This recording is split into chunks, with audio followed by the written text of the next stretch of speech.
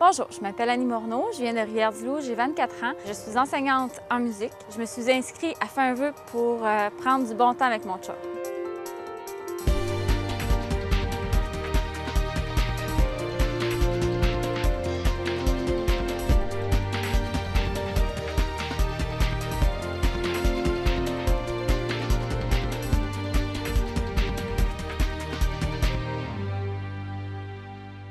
Depuis le début de l'émission Fais un vœu, des demandes, des vidéos, on en a vu vraiment des milliers.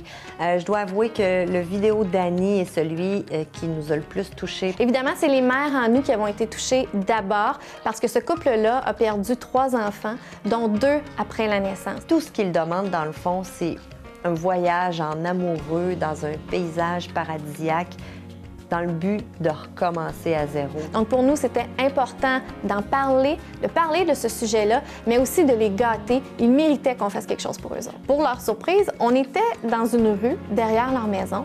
On devait traverser le terrain des voisins et arriver par derrière.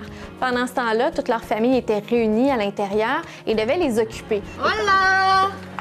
Livraison spéciale, pina colada et lune de miel. Annie, oh non, c'est pas grave.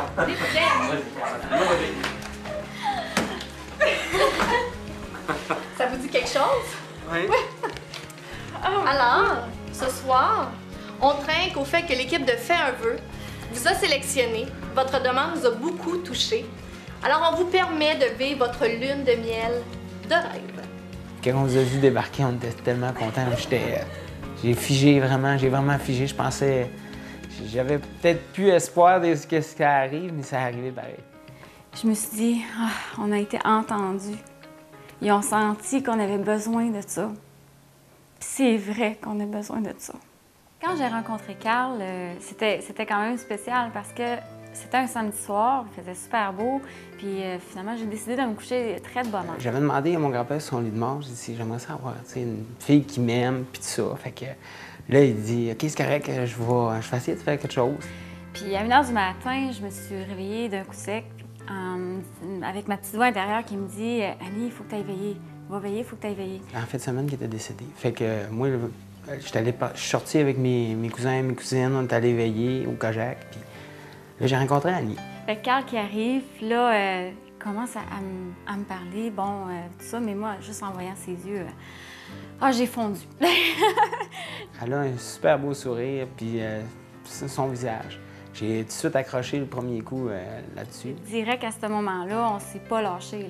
On a commencé à sortir à rester ensemble 4 mois plus tard. 4 mois après, on a acheté notre première maison. 4 mois après, ou 3 mois, en tout cas, il m'a demandé un mariage. Après ça, environ 5 mois après, j'ai tombé enceinte. On s'est mariés 4 mois après.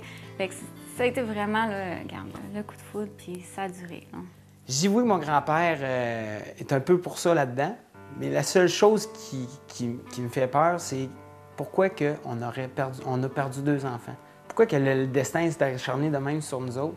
Tu sais, quand tu t'aimes puis tu veux fonder une famille, tu sais, la mort de 2 enfants, ça n'a pas d'allure. Là. Quand est arrivé le temps où c'est que Mélodie est née à terme, mais 2 minutes après avoir coupé son cordon, on s'est vite rendu compte qu'elle était gravement malade. Elle réagissait pas, elle bougeait quasiment pas. Là, Annie, elle la touche un petit peu. Puis là, ils disent, là, on s'en va avec.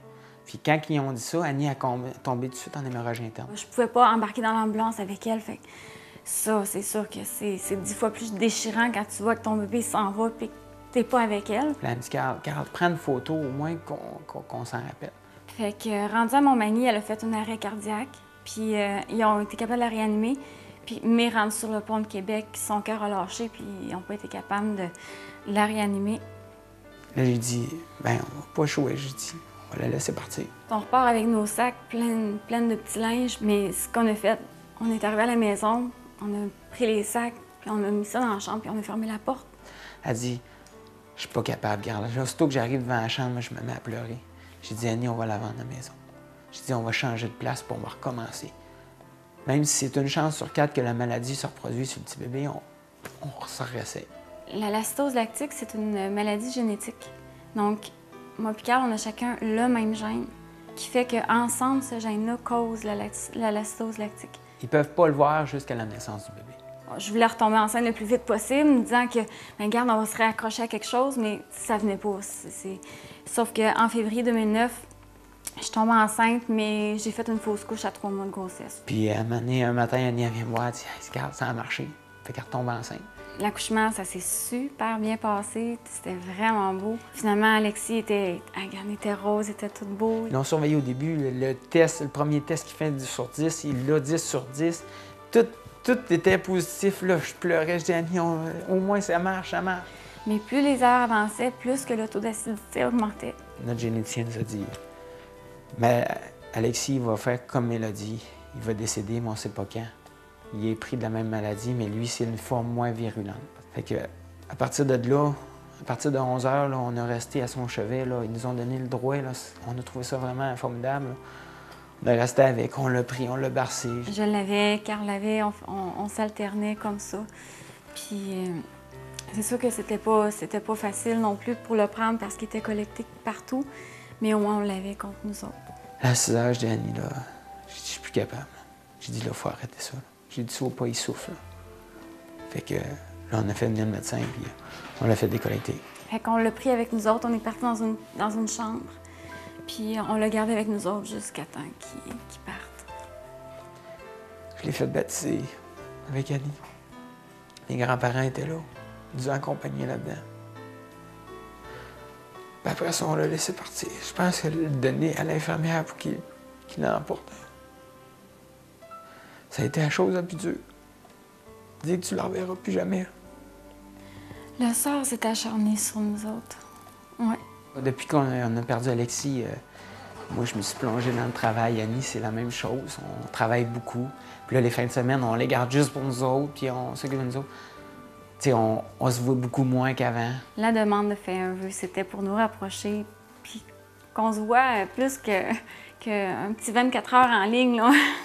Tu sais, je me dis, gars, c'est grâce à Alexis puis à Mélodie si on va là. C'est des petits coucous qui viennent peut-être nous faire, nous dire, hey, gars, là, je sais pas, maman, papa, on est là. Puis, regarde, la vie est belle. Puis la vie, ça vaut la peine d'être vécue. Puis c'est pas toujours rose, mais il faut apprendre à dealer avec ce qui s'en vient puis avec ce qui se passe. Oh wow! Oh mon Dieu!